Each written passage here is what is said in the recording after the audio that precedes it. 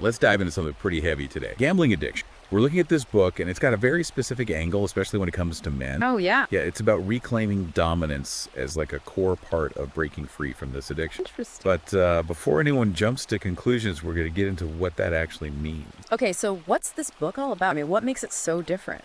Well, the cool thing is it goes way deeper than just quitting gambling. Aha. It gets into these big ideas of masculinity and purpose, which, can be super motivating, especially for men. I can see that, for sure. So where does it start? Well, right off the bat, it goes into like the hardcore science of addiction. Explains how gambling can actually hijack your brain. Hijack your brain. Like literally, yeah. Just like drugs or alcohol would. Really? I never thought about it like that. It's wild, right? It all comes down to brain chemistry. Okay, so like what's happening in the brain? So gambling triggers this release of dopamine, right? That feel-good chemical. And that messes with your brain's whole reward system. Ah, I see. So you get hooked on that dopamine rush. Exactly. And then you crave more and more gambling. That's why it's often compared to substance abuse. Makes sense. So is it as common as like drug or alcohol addiction? That's the crazy part. The book says 5 to 10% of adults actually struggle with gambling problems. Wow, that's a lot more than I would have guessed. It's huge. And it's right up there with the rates of substance abuse. And I bet a lot of people are hiding it too. Oh, absolutely. The book even talks about this guy, they call him John.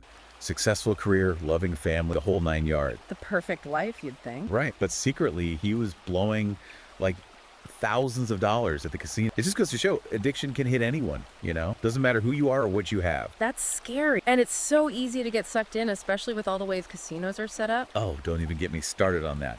The book exposes all these psychological tricks that casinos use. It's insane. Like what? What kind of tricks? Have you ever heard of near misses?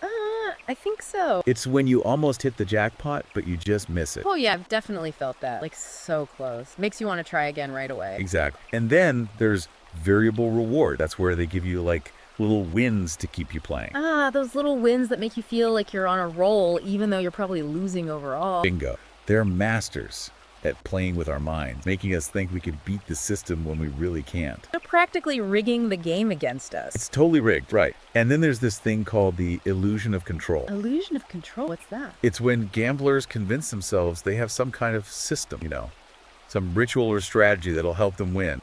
But it's all in their heads. So, they think they're outsmarting the casino, but really, they're just fooling themselves. Yep. The book tells the story about a guy named Tony, who thought he had this foolproof system. He was so sure of it. What happened? Well, he ended up losing his entire life savings, just like that. It's a brutal reminder that no matter how clever you think you are, the house always has the edge. It's a good lesson to remember. Gambling can really cost you everything. More than just money, too. Yeah, what else? It wrecks your mental health. The book gets into that, the heavy stuff, depression, anxiety, even suicidal thoughts. Wow. It's not just about the money, it's a whole mental and emotional thing. Exact. The stress and the guilt, it just eats away at you. And let's not forget the relationship. Gambling can destroy relationships. Oh, for sure. Lies, broken promises, trust issues. It puts a huge strain on families and friends. Yeah, I mean, who wants to be around someone who's constantly lying and borrowing money? It's toxic. I've seen it firsthand, actually. Addiction of any kind, it can really push people away. It's not just the person struggling, it's everyone they love, too. Yeah, it's a ripple effect. So, this book, does it offer any solution? Oh, it does. And this is where it gets really interesting. The book calls it reclaiming dominance. Okay. So, what's that all about? Claiming dominance? Well, we have to be careful here because the book uses that term very specifically. It's not about controlling other people, okay? It's about taking back control of your own life, your choices, your destiny, all of it. It's more like self-mastery. Exactly. It's about taking your power back instead of letting the addiction call the shots. And the book argues that this idea, this dominance thing, it can really resonate with men. Why is that? Well, think about it. Traditional ideas about masculinity, they often emphasize strength, right? Yeah. Control, independence. Okay, yeah, I see that. So the book is kind of reframing those ideas in a positive light? Precisely. Instead of letting those qualities get hijacked by addiction, you use them to break free. You turn that desire for control into control over your own life, not over others. Makes sense. So it's like turning a weakness into a strength. Right. It's like instead of feeling weak and powerless because you lost control, you use that to fuel positive change. I like that. It's a different way of looking at it. So it's not just about quitting gambling. It's about a whole personal transformation. Exactly. It's about redefining what it means to be a man, to be strong, to be in control. And it all starts with self-awareness. Okay, so how does the book suggest we redefine masculine? Well, one of the big things is challenging that old school idea that men should just bury their emotion. You know, that whole boys don't cry thing. Yep.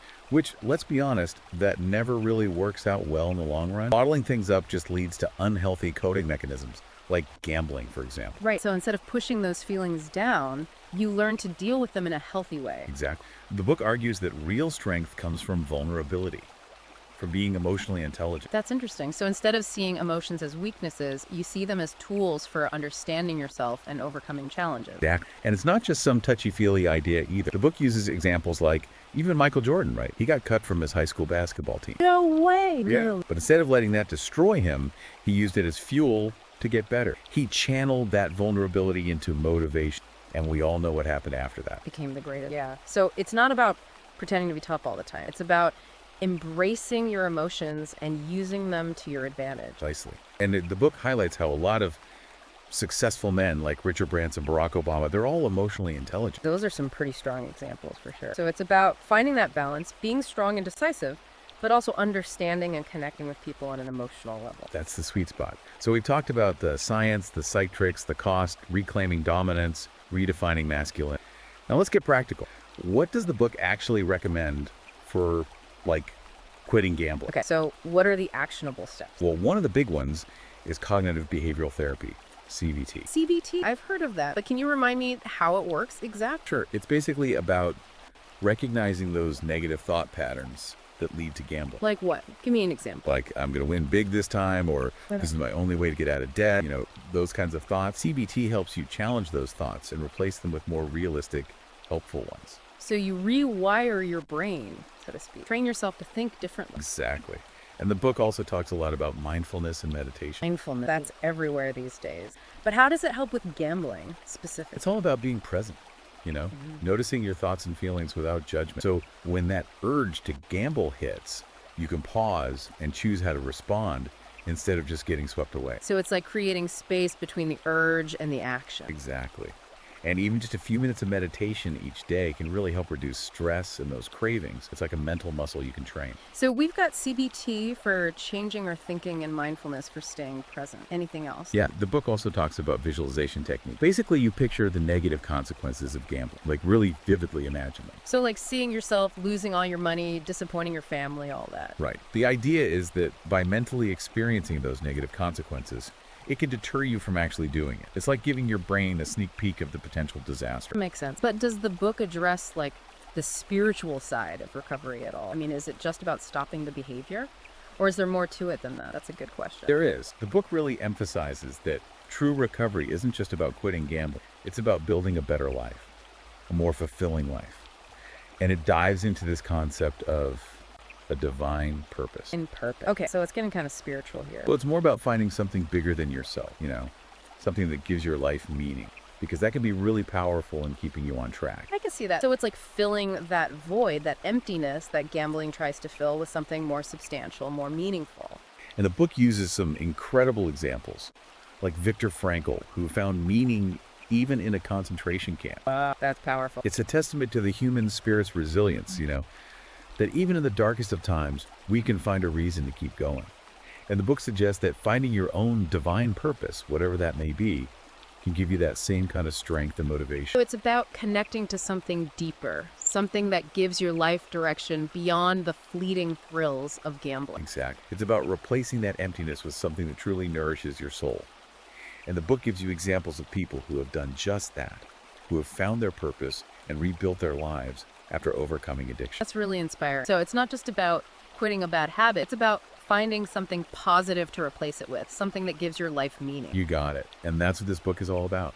Finding that path to a more fulfilling life, a life that's not controlled by addiction. It's about reclaiming your power, your purpose, and ultimately your destiny. So it's like a whole life makeover in a way, transforming yourself from the inside out. Exactly. It's a journey of self-discovery, and it's a powerful message for anyone struggling with addiction, not just gambling. It sounds like a fascinating read. It really is. And if you're interested in learning more about it, you can find it on Amazon Kindle and Google Play Books. It's called Book Title. Check it out. It's a journey, that's for sure, but a worthwhile one, I think. We've talked about all the practical stuff and the psychology, but I'm wondering, does this book touch on the spiritual side of recovery at all? I mean, like the whole prayer and meditation thing. Yeah, exactly. It does, actually. But it's not preachy or anything like that. It approaches prayer and meditation more from a practical angle, like tools you can use. So not necessarily religion. Right. It's more about connecting with something bigger than yourself, a source of strength and guidance to help you stay grounded, especially during recovery. So more about tapping into that inner peace and resilience to deal with the challenges of addiction. Exact. The book even says that things like prayer and meditation can actually reduce stress and anxiety and even help with those physical cravings. It's like giving your mind and body a break from all those temptations. That's a good way to put it. And the best part is you don't have to spend hours meditating to feel the benefits. Really, just a few minutes a day. That's all it takes, just a little bit each day to create some space for stillness and reflection. It's like finding a sanctuary within yourself, reconnecting with your inner strength, and tapping into something bigger than your addiction. I love that, a sanctuary within yourself. And the book talks about this concept of spiritual resilience. Spiritual resilience. Yeah, it's that ability to bounce back from setbacks without losing sight of your values and goals, which, let's be honest, is crucial in addiction recovery. Absolutely. There are always going to be tough times, moments when you're tempted to give in. Having that resilience to stay strong is key. It's like having that inner compass, always guiding you back in the right direction, even when you feel lost. And the book gives you actual tips on how to build that resilience. Like what? Like finding a community of like-minded people, practicing gratitude, finding some kind of spiritual practice that works for you, whether it's prayer, meditation, or something else entirely. It's like building that internal support system, that inner strength to help you through those tough times. Yeah. And finding that community to support you from the outside as well. You got it. And it all comes back to finding your purpose, that thing that gives your life meaning beyond the thrill of gambling. Right. So it's about filling that void, that emptiness that gambling tries to fill with something more meaningful, more lasting. Exactly. It's about finding those things that make you feel truly alive. It's about passion, about your calling in life. It's about finding something bigger than yourself. It's about living a life that has purpose, that's not driven by addiction. That's it. And the book is full of examples of people who did just that. People who found their purpose and rebuilt their lives. It's proof that it's possible to create a fulfilling life without gambling. That's incredibly inspiring. So it's not just about stopping a bad habit, it's about discovering a better way to live, finding that passion that makes life worth living. You got it. And speaking of rebuilding your life, the book also dives into the whole financial freedom thing. Which makes sense. Gambling addiction can really mess up your finances, sometimes really badly. Oh, absolutely. The book makes it very clear gambling is not the path to wealth, no matter what anyone tells you. Right, it's an illusion. So what does the book suggest instead? Well, it all starts with discipline, taking control of your money instead of letting your addiction dictate your spending. So basic things like creating a budget, tracking your expenses, making conscious choices about where your money goes. Exactly. It's about being mindful of your finances, just like we talked about being mindful of your thoughts and emotions. So it's a holistic approach, really, applying those mindfulness principles to every aspect of your life, including your money. Exact. And the book even gets into the hidden costs of gambling. Hidden costs, like what? Think about things like missed work, legal fees if things get really bad, the damage to your credit score, and how all that can really strain your relationships. So it's not just about the money you lose directly at the casino or online. It's about the ripple effect it has on every area of your life. It's like a snowball effect. One small problem can quickly turn into an avalanche. And, the book encourages you to really think about those hidden costs. Because, let's be honest, most people don't. They only focus on the immediate thrill, the potential win. Right. But recovery means taking a hard look at the big picture and making choices that support your long-term well-being. So it's about building that solid financial foundation to support your recovery and create a more secure future. Exactly. It's not just about getting out of debt. It's about having the resources and peace of mind to pursue your goals, to build a life you're proud of. It's about achieving that true sense of freedom, both financially and personally. That's what it's all about. And, as we're talking about rebuilding your life, the book also goes deep into relationships and recovery. Yeah, we touched on that earlier, how gambling can really damage your relationships with loved ones. How do you even begin to repair that kind of damage? Well, the book acknowledges that it can be one of the toughest books of recovery. There's been a lot of hurt, broken promises, and that takes time to heal. It's like a breach of trust that can be really hard to rebuild. It is, but the book stresses that it is possible, and it provides steps you can take to start that process. So what are some of those steps? Well, the first and most important thing is taking responsibility for your action. You have to own up to the harm you've caused and be truly honest with your loved ones about what's been going on. So no more lies or hiding the truth. It's about coming clean and being accountable. Exactly. And you have to be patient. Rebuilding trust doesn't happen overnight. It takes time and consistent effort. It's like rebuilding a bridge that's been damaged in a storm. It takes time, careful planning, and the right materials to make it strong again. I like that analogy. Yeah. And, the book also suggests concrete things you can do to show your commitment to change. Like what? Things like going to therapy, joining a support group, being open about your finances. Actions speak louder than words. It's about proving to your loved ones that you're serious about recovery, Yeah. that you're putting in the work. Right? And then there's communication. It's vital to create that safe space where you can talk openly and honestly about your feelings, your struggles, your progress, everything. So it's about rebuilding that emotional connection, that sense of understanding and support. Exactly. And the book even provides tips for those tough conversations. Things like using I statements to express how you feel, really listening to your loved ones, not getting defensive. It's about approaching those conversations with humility and a willingness to listen. Exactly. And it's a two-way street, remember? Both sides need to put in the effort. So it's not just about the person with the addiction making amends. It's also about their loved ones being willing to forgive. And that can be a long and challenging. You're right. The book acknowledges that. It even talks about the challenges that loved ones face, like the anger, the resentment, the fear. It offers ways to cope with those feelings and create that supportive environment that fosters healing for everyone involved. It's like everyone is on their own healing journey. And it takes time and understanding from all sides to rebuild those bonds, to find that forgiveness and create a new normal. That's beautifully said.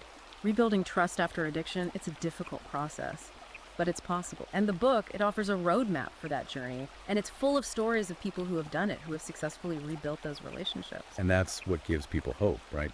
Knowing that it's possible to mend those broken bridges and move forward. Exactly. Relationships are precious, and the book really emphasizes that.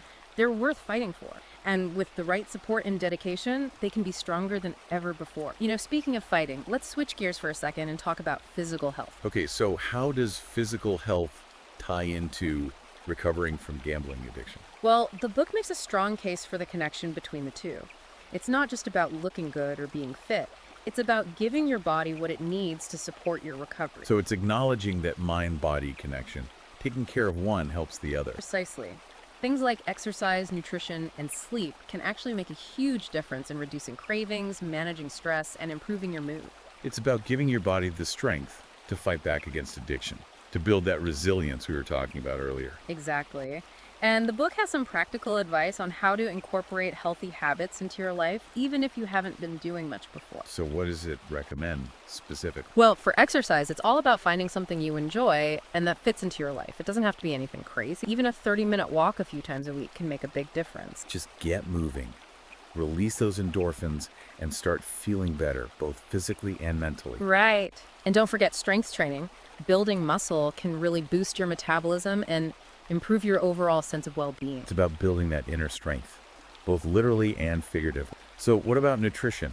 What does the book say about food? It emphasizes eating whole, unprocessed foods that nourish your body and provide you with sustained energy. So, ditching the junk food and the sugary drinks that can mess with your mood and your energy levels? Exactly. It's about making conscious choices about what you put into your body and how you fuel yourself. And the book gives some helpful tips on making healthy eating easier, right? Like meal planning and things like that. Yeah. It even talks about cooking more meals at home so you have more control over what you're eating. Small changes can really make a big difference. And we can't forget about sleep.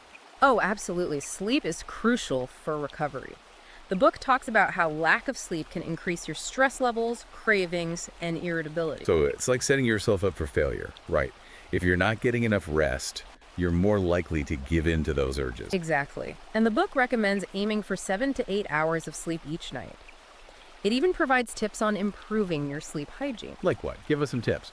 Simple things, actually, like setting a regular sleep schedule, having a relaxing bedtime routine, avoiding caffeine before bed, making sure your bedroom is dark and quiet. Creating that ideal sleep environment so you wake up feeling refreshed and ready to face the day. Precisely.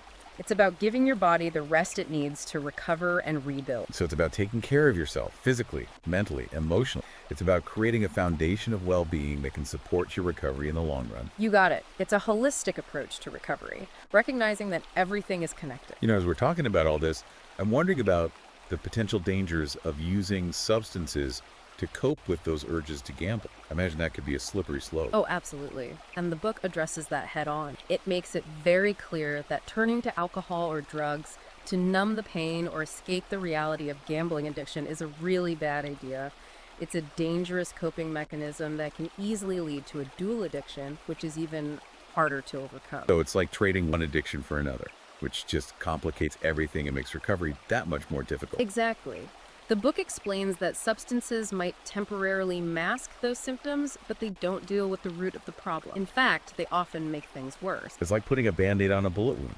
It might cover it up for a second, but it's not a real solution. I like that. It's a perfect analogy. And the book stresses that if you're struggling with both gambling and substance abuse, it's crucial to seek professional help.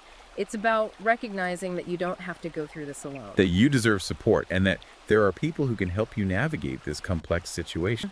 And that there is hope for recovery, even when you're facing multiple challenges. Exactly. And, speaking of challenges, the book also touches on the link between gambling and crime. It's a tough subject, but an important one. Right. Because addiction can sometimes lead people down a dark path. What does the book say about that? Well, it acknowledges that desperation can drive people to do things they wouldn't normally do, to get money, to gamble, or to cover their losses. So things like theft, fraud, even violence. Yeah. And it stresses the importance of recognizing those warning signs, both in yourself and in others, and seeking help before things spiral out of control. So what are some of those warning signs? What should people be looking out for? Well, things like increasing your bets, even when you're losing, borrowing money from everyone you know, maybe even turning to loan sharks. That's definitely a red flag. Right. Also, selling personal belongings to fund your gambling, lying about how much you're losing or where you're getting the money.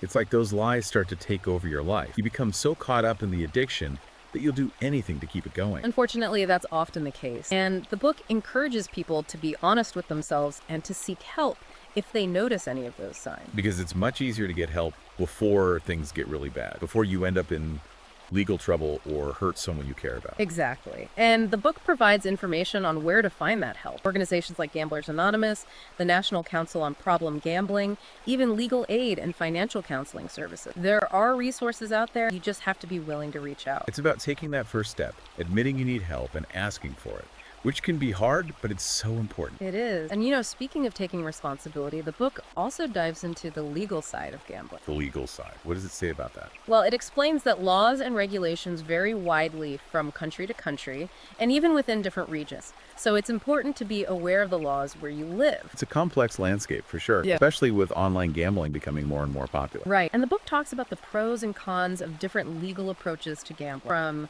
complete prohibition to strict regulation to more relaxed policies. So it's about presenting a balanced view of a complex issue. That's the goal. And it even highlights the work of advocacy groups that are pushing for reforms and trying to protect people from the harms of addiction. So it's recognizing that individuals can make a difference by getting involved and advocating for change. Exactly. It's about using your voice and your actions to create a safer and more responsible environment. Now, we can't talk about gambling without talking about technology, right? It's like a whole new frontier with online casinos and betting apps. Yeah, technology is a game changer, and the book acknowledges that. But it's kind of a double-edged sword, isn't it? Because technology can both fuel addiction and help people recover. That's a great way to put it. On the one hand, technology makes gambling more accessible than ever before. You can gamble anytime, anywhere, from your phone or computer. It's like having a casino in your pocket, literally. Yeah. So tempting. Yeah, it can be a real problem, especially for younger generations who are so comfortable with technology. Right. But how can technology be used for good to help people overcome gambling addiction? Well, there are a lot of apps and websites that offer support groups, self-help tools, even access to therapists. It's like having a virtual support system at your fingertips. That's amazing. So people can get help no matter where they are or what time of day it is. Exactly. And there are even tools that can help people limit their access to gambling websites, track their spending, and prevent them from making deposits or placing bets. It's like having a digital safety net to help people stay on track. You got it. And the book encourages people to explore these resources and find the tools that work best for them. So technology can be a powerful tool in recovery just as much as it can be a facilitator of addiction. Right. But it's important to remember that technology should never be a substitute for professional help or in-person support. It's about finding that balance and using technology in a way that complements your overall recovery journey. Exactly. And the book offers some great advice on how to do that. Speaking of support, we can't forget about family. They often bear the brunt of gambling addiction, and I imagine it takes a toll on them as well. Absolutely. It's hard to imagine that it wouldn't. What does the book say about the impact on family? Well, it paints a pretty stark picture of the devastation that gambling addiction can wreak on family. It often leads to financial strain, emotional turmoil, broken relationships. It's a lot for loved ones to handle. It's like a bomb going off at the center of the family, sending shrapnel in all directions, hurting everyone in its path. That's a powerful way to put it. And the book really delves into the different ways families are affected, from the children who grow up witnessing the chaos and the conflict, to spouses who feel betrayed and abandoned, to parents struggling with guilt and worry. It's a lot to process. It's heartbreaking, and it underscores the importance of seeking help and support for everyone involved. Not just the person with the addiction, but their loved ones as well. Exactly.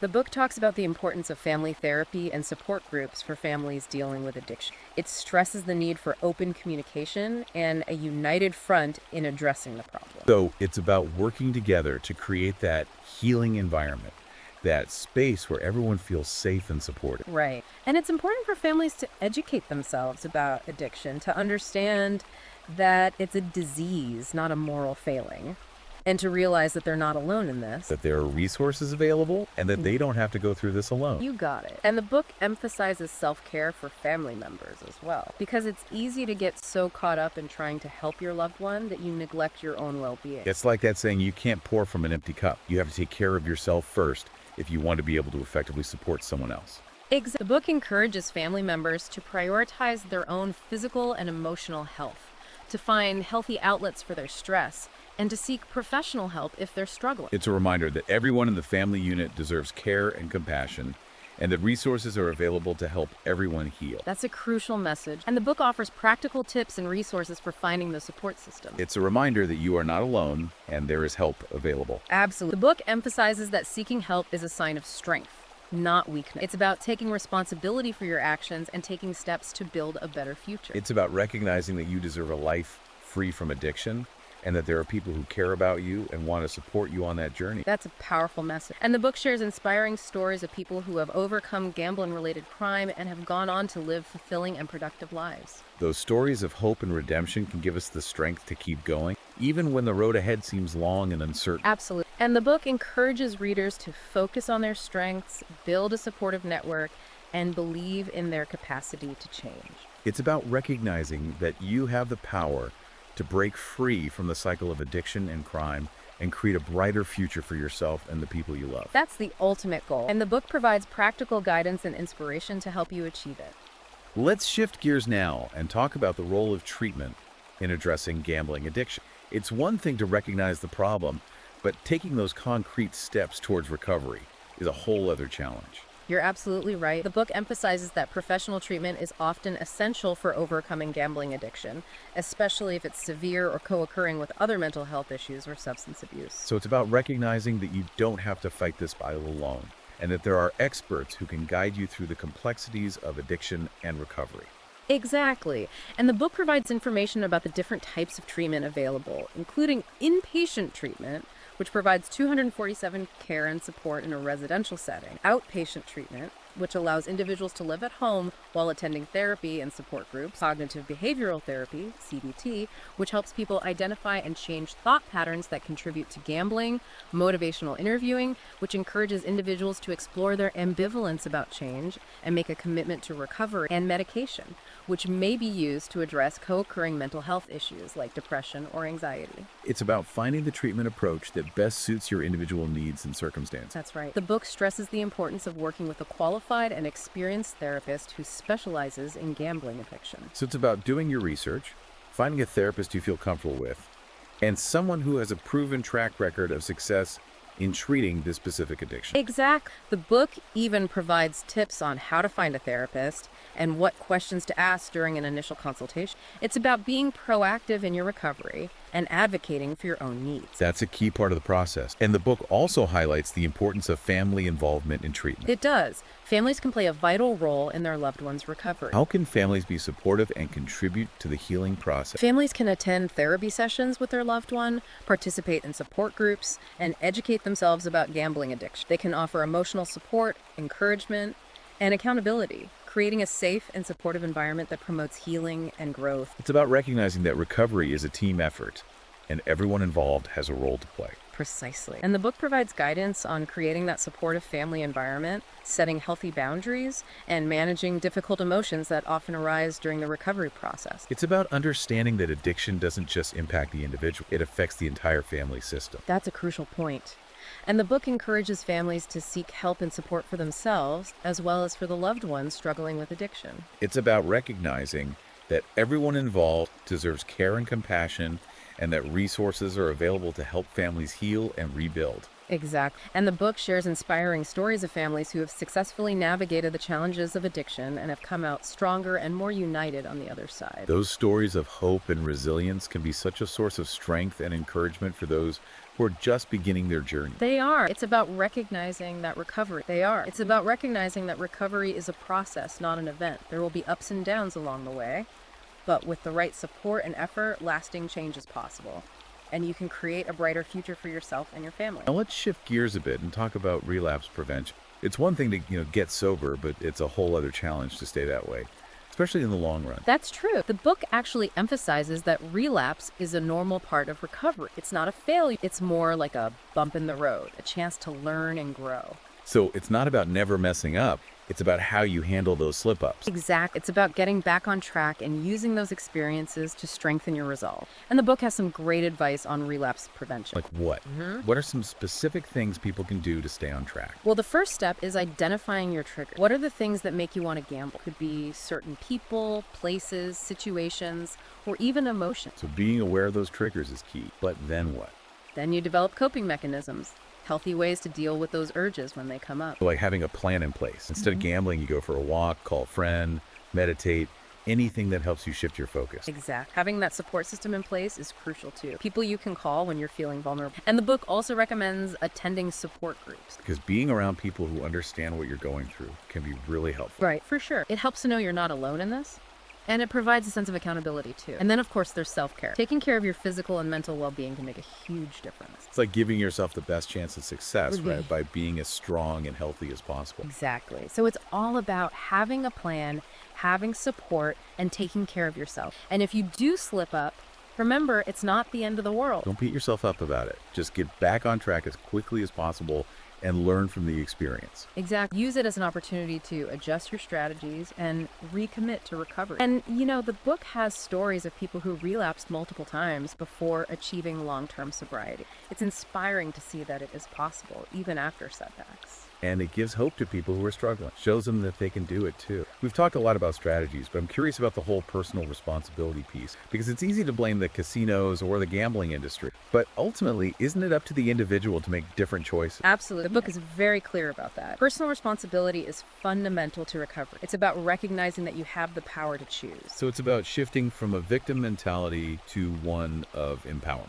Exactly. It's about taking ownership of your choices and action. Realizing that you are capable of change. That's the key. And, the book gives some great tips on how to cultivate personal responsibility. Like what? Setting realistic goals, making a commitment to change, challenging those negative thoughts, finding healthy coping mechanisms. It's about taking those proactive steps to create a life that you're proud of. Exactly.